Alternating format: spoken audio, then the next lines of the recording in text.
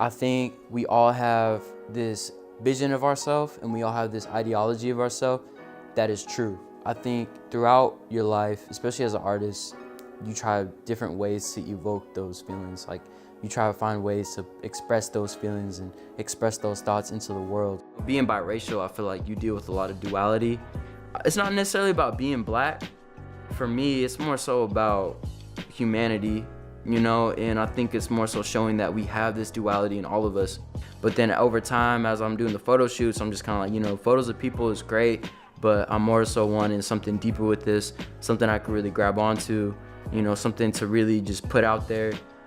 Personally, I like taking street photography, just things that are like natural, like raw, uncut. I don't really like to take photos of things that are constructed for the most part.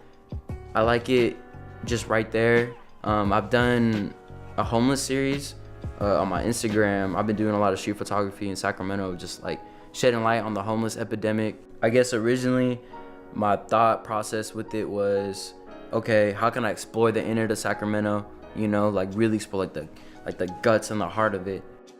One of the photos I took was really provocative. Was a homeless man who was face down, stretched across the sidewalk, and his urine was like under him.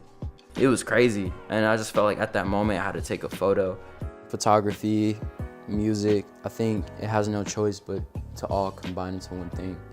Because I mean, I really like fashion. What's fashion without photography? What's photography without fashion? You know, what's a movie without music? You know what I'm saying? It would just be boring. Like, what's a music without sound? You know, these things, every different piece of art has a way to combine and create something complete and whole.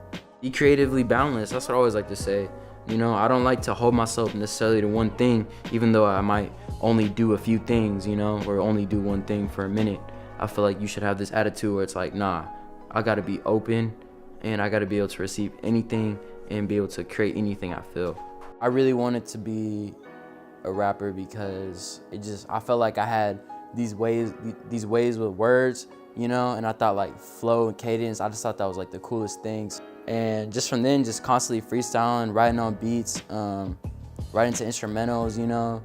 Every time I come back from like a shoot, every time I step off the mic, anytime I just get back done from doing anything, I feel like, damn, you know, like what could I have done to make that better?